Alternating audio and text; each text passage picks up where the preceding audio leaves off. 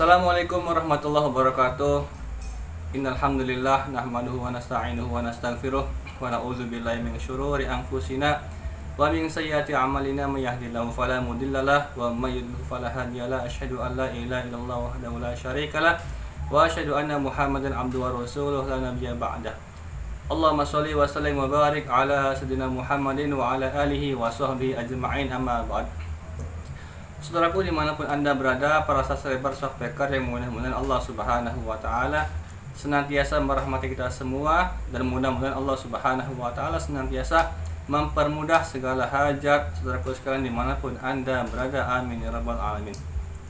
Saudaraku dimanapun Anda berada, alhamdulillah pada kesempatan yang berbahagia ini di malam minggu kita dapat bersilaturahim walaupun hanya lewat umai. Mudah-mudahan silaturahim kita dibalas oleh Allah Subhanahu wa Ta'ala, dan mudah-mudahan kita semua senantiasa diperpanjang umurnya dalam ketaatan kepada Allah Subhanahu wa Ta'ala. Oke saudaraku, pada kesempatan yang berbahagia ini saya di sini bersama Budi, Kang Budi ya, Kang Budi. Di sini saya berdua ingin sharing saudaraku ya. Kita akan membahas tentang yaitu kegoiban ya, terutama kita harus mempercayai dengan hal-hal goib. Nah, mungkin kita memang percaya saudaraku bahwasanya hal goib itu ada, dan itu pun harus kita yakini karena hal goib itu merupakan salah satu rukun iman yang harus kita yakini. Salah satunya yaitu Allah Subhanahu wa Ta'ala senantiasa akan menurunkan yang namanya hari kiamat, dan itu pun merupakan salah satu contoh gaib saudaraku. Nah, di sini saya akan sedikit sharing kepada Kang Budi yaitu tentang hal gaib, terutama dengan sesuatu yang ada di sekitar kita. Salah satunya itu ialah ini saudaraku. Ini adalah batu ya, batu cincin atau ali-ali, dan di batu ini ada yang namanya mungkin ya pernah kita dengar ataupun pernah kita melihat, namanya kodam saudaraku. Nah, makanya di sini saya akan berbincang-bincang dengan Kang Budi. Assalamualaikum Kang Budi. Waalaikumsalam. Gimana kabarnya Kang Budi? Sehat? Alhamdulillah. Alhamdulillah. Oke Kang Budi, ini sini saya akan bersama Kang Budi ya berbicara tentang hal gaib, terutama dengan batu nih Kang Budi. Nah, konon kan katanya batu itu ada yang berkodam dan ada pun yang tak berkodam Kang Budi. Itu seperti apa sih Kang Budi menurut Kang Budi itu?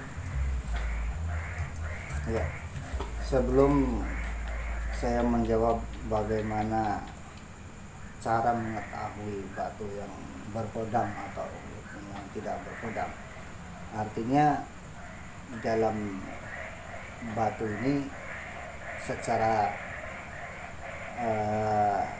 sifatnya itu kan alamiah, sifat batu yang berada di alam. Ya, ada yang bermacam-macam bentuk nama-nama batu lah, terserah itu manusia sendiri atau orang sendiri yang menamakan bahwasanya ada istilah itu batu yang disebut sebagai batu ada widuri, ada diaman, ada apa segala macam, itu semuanya manusia lah yang mengatakan bahwasanya batu itu ada nama-namanya. Intinya batu adalah sumber daya alam yang ada di bumi ini. Cuman manusia sendiri yang mempetak-petakan, memberikan nama itu sendiri. Itu seperti itu. Kedua, istilahnya sebelum kita membahas masalah kegaiban tentang masalah batu itu sendiri, sebetulnya dari batu yang kebanyakan orang pakai seperti batu cincin seperti ini atau yang di Mas Eka itu pakai, kita melihat bahwasanya orang memakai batu itu sebetulnya memiliki filosofi yang sangat sangat istimewa. Artinya sangat istimewa begini, kalau kita bisa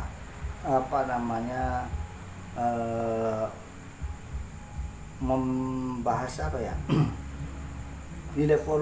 filosofinya kita dengan batu itu tidak jauh berbeda. Artinya begini, ketika manusia itu dalam keadaan yang istilahnya keadaan yang tidak berharga sama sekali, sebelum dia itu ditempa dengan berbagai macam ujian, dengan macam cobaan, itu kadang-kadang manusia terlihat sangat tidak berharga.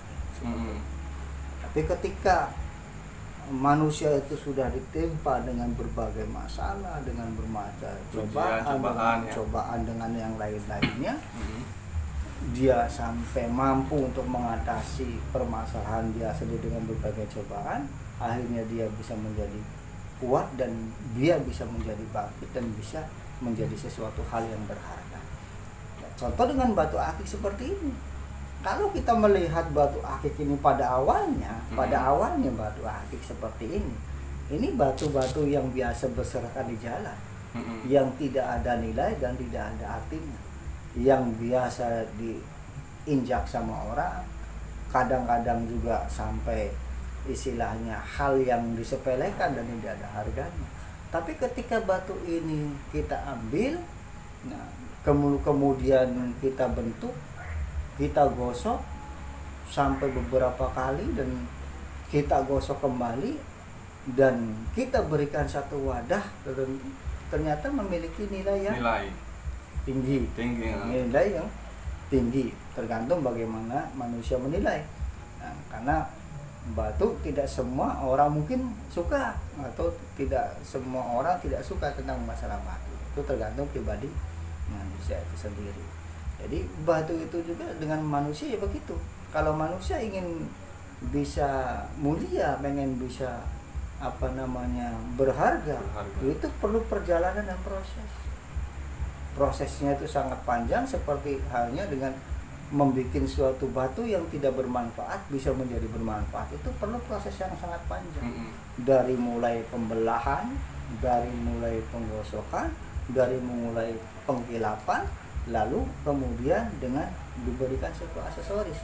Nah, manusia pun begitu. Sama berarti ya dengan batu ya. Ya, dengan batu itu. Ketika manusia benar-benar dalam keadaan yang tidak berharga, ya, ketika dia pengen menjadi sesuatu hal yang berharga, ya tidak bisa didapat dengan hal yang mudah, dengan begitu saja. Butuh perjuangan.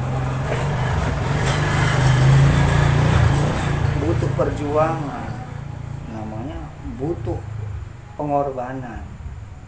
Ketika perjuangannya memang sudah maksimal, pengorbanan yang sudah maksimal, sehingga dia kuat menahan segala ujian dan cobaannya, baru dia terbentuk menjadi seorang pribadi yang memancarkan nilai-nilai tersendiri seperti itu. Itu filosofi dari batu dan manusia. Nah, sama prosesnya, butuh perjuangan, pengorbanan. Nah, itu seperti itu. Setelah perjuangan, setelah pengorbanan, baru akan terbentuk suatu nilai di dalam diri pribadi manusia itu sendiri.